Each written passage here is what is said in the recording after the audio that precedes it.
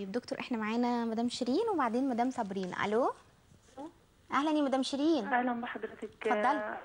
انا عايزه اتكلم مع دكتور سيد. اتفضلي يا مدام شيرين. دكتور سيد، بالنسبه لهرمون الحمل يعني هو بيأثر، ونسبته المفروض تكون في الشهر الكام ايه والتاني ايه، يعني عشان ابقى فاهمه بعد اذن حضرتك. انا حامل في الشهر الثاني. ايوه. فانا دلوقتي ونسبه الهرمون عندي 1300. فعايزه اعرف يعني بيأثر في الحمل مش بيأثر بعد اذن حضرتك يعني. طيب حاضر، هنجاوب عليك. متشكره جدا. شكرا لك. مدام صابرين ونجاوب عليهم الاثنين. الو. مدام صابرين اتفضلي. لو سمحت، انا مدام صابرين مش سامعينك خالص. سني 47 سنه. ايوه. وعملت مرتين تلقيح ومره طفل انابيب. تلقيح مجاري؟ نعم. تلقيح صناعي؟ اتفضلي. فاللي عندي انا دلوقتي الدوره بتاعتي منتظمه. ايوه. فعايزه اعرف الهرمونات دي احب اعملها من يوم. طب حاضر. وبعدين برضو اعمل لجوزي تحليل، يعني يعمل تحليل. هو ما عملش قبل كده؟ لا عمل وطلع النسبه برضو كويسه. طيب يا مدام صابرين. حاضر. طيب رانيا يا دكتور ونجاوب عليهم الثلاثه. اتفضلي يا مدام رانيا. الو. ايوه يا دكتور. اهلا يا مدام رانيا. اهلا بحضرتك. اتفضلي. لو سمحت، انا عندي 30 سنه. ايوه. عندي طفل عنده سنه تقريبا. ايوه. حصل لي حمل، بس حمل عنقودي كامل. ايوه. اكتشفناه بعد 3 شهور. ايوه. فانا عملت عمليه تقريبا من 15 يوم. شال لي الحمل العنقودي ده. عملت تحليل للهرمونات بعديها طلعت 1079. ايوه. عملت من اسبوع تقريبا تاني تحليل طلعت 170. ايوه. فالدكتور قال لي النسبه دي خلاص كده معناها انه مش هيرجع تاني. ايوه. ايوه. فكنت عايزه اتاكد من حضرتك، هل انا محتاجه ان انا اتابع الهرمونات تاني ولا خلاص كده الحمد لله؟ هنجاوب عليكي حالا. طيب مدام شيرين بتسال عن هرمون الحمل وهو عندها 1300 وهي حامل في الشهر الثاني. هي خلاص حامل في الشهر الثاني. هو الحمل يعني اول ما بيظهر باختصار من غير ارقام يعني عشان الناس تبقى مستوعبه. اللي هرمون الحمل بيبقى ظاهر بسيط في الدم. وكل لما بيتاكد الحمل ومرور الوقت بيرتفع هرمون الحمل في الدم.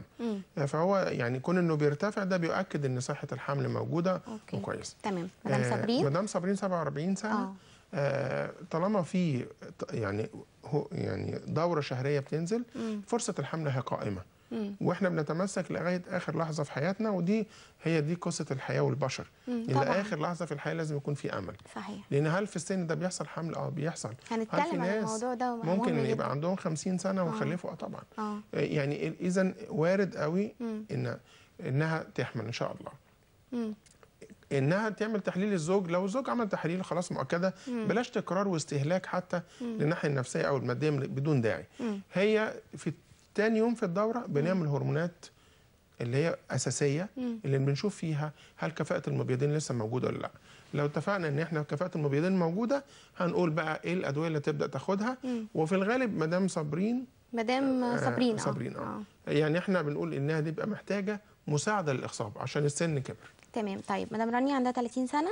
مدام رانيا حصل حمل اسمه حمل عنقودي. يعني ايه حمل عنقودي؟ حمل العنقودي هو بيبقى نوع ان من اسمه كده ان كيس الحمل، يعني البويضه لما اتخصبت بدل ما تعمل كيس حمل بيبقى مرض من امراض اللي بتصيب المشيمه او الخلاص بتاع الام.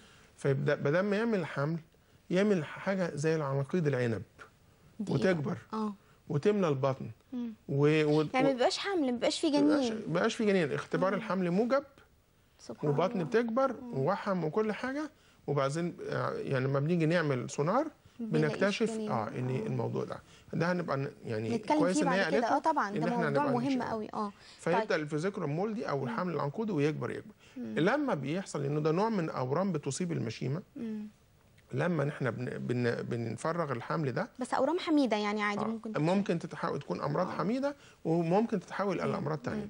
لما بننزل الحمل ما بنسمحش بحدوث حمل تاني الا لما الهرمونات بتاعت الحمل في الدم، يعني احنا بنقيس الهرمونات بتبقى عاليه قوي مع نوع الحمل ده. يعني عندها 1079. بتبقى نوع عاليه قوي وممكن تبقى اكتر من كده.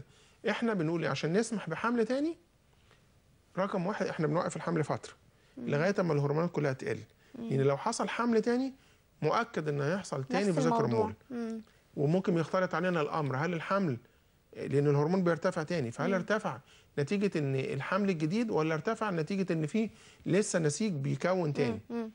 عشان كده احنا بنقول ايه، حتى لما بنوقف الحمل لو فتره طويله بنقول احسن وسيله لكده اللولب. حتى ممنوع اخذ موانع الحمل الاقراص لانها بترفع برضو الهرمون. خلاص كده. فاول ما بنوصل وطبيعي انها وصلت ل 170 احنا بنقول ايه، احنا بنستنى شهرين 3 ممكن تصل الى 6 شهور. وصلنا للامور بقت طبيعيه حسب كمان الريفرنس بتاع المعمل اللي هي عاملاه. لو طبيعي 170 خلاص مسموح بالحمل. تمام. هنتكلم في حلقات جايه ان شاء الله عن موضوع الحمل العنقودي ده لانه واضح انه مهم. الحمل بانواعه طبعا. تمام. طيب احنا معانا مدام رانيا وبعدين مدام سوريا. الو. عليكم. عليكم السلام. اهلا يا مدام رانيا. ممكن اكلم دكتور؟ اتفضلي يا مدام رانيا. لو سمحت انا عندي 24 سنه. ايوه. والزوج عنده مشكله في الحركه.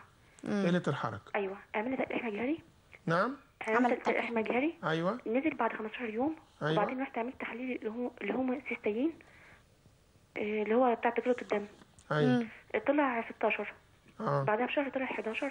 بعدها بشهر طلع 8. بس انا عايزه اعرف يعني ممكن امام الحقن المجهري تاني ممكن التجلط ده يحصل والجنين يسقط ولا ايه بالظبط؟ طب حاضر. حاضر. طيب مدام سوريا. السلام عليكم. اهلا. عليكم السلام. وطي صوت التلفزيون يا مدام سوريا. لا مش سامعين خالص. طيب مدام سوريا حاولي تكلمينا تاني.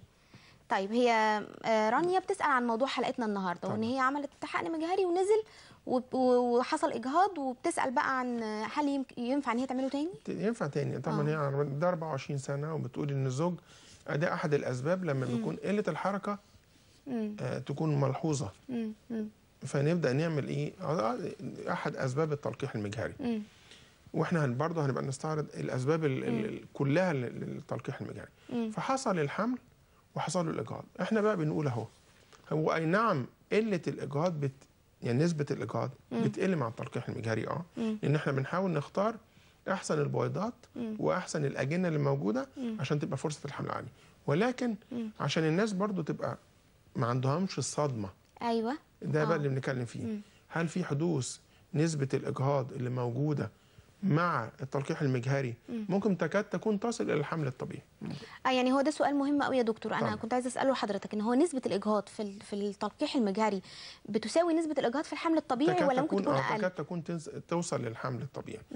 هي خدت فلقت ان النسب المواد المتجلطه في جسمها عاليه، ابتدت تاخد حاجات عشان تعمل سيوله فتزود الدوره الدمويه اللي رايحه للرحم اللي بتغذي كيس الحمل عشان ما يوصلش لمرحله ان بتغذى كيس الحمل وكان الجنين يظهر فما يحصلوش الاجهاض. هو ده السبب يعني. فلا وارد قوي انها تعمل تاني الفرصه تاني وتالت لان لسه سنها صغير وممكن واحلات كتيره جدا حتى لما بتتوقف ونفسيتها بتبقى تعبانه ان لما حصل اجهاض وكان لازم تبقى فاهمه انه يحصل عشان ايه ما نوصلش للقمه ومتخيلين ان احنا عندنا حصانه ضد الاجهاض ولما بيحصل انهيار نفسي تام. احنا مش عايزين نوصل للموضوع ده طبعا. احنا ده وارد في الحياه.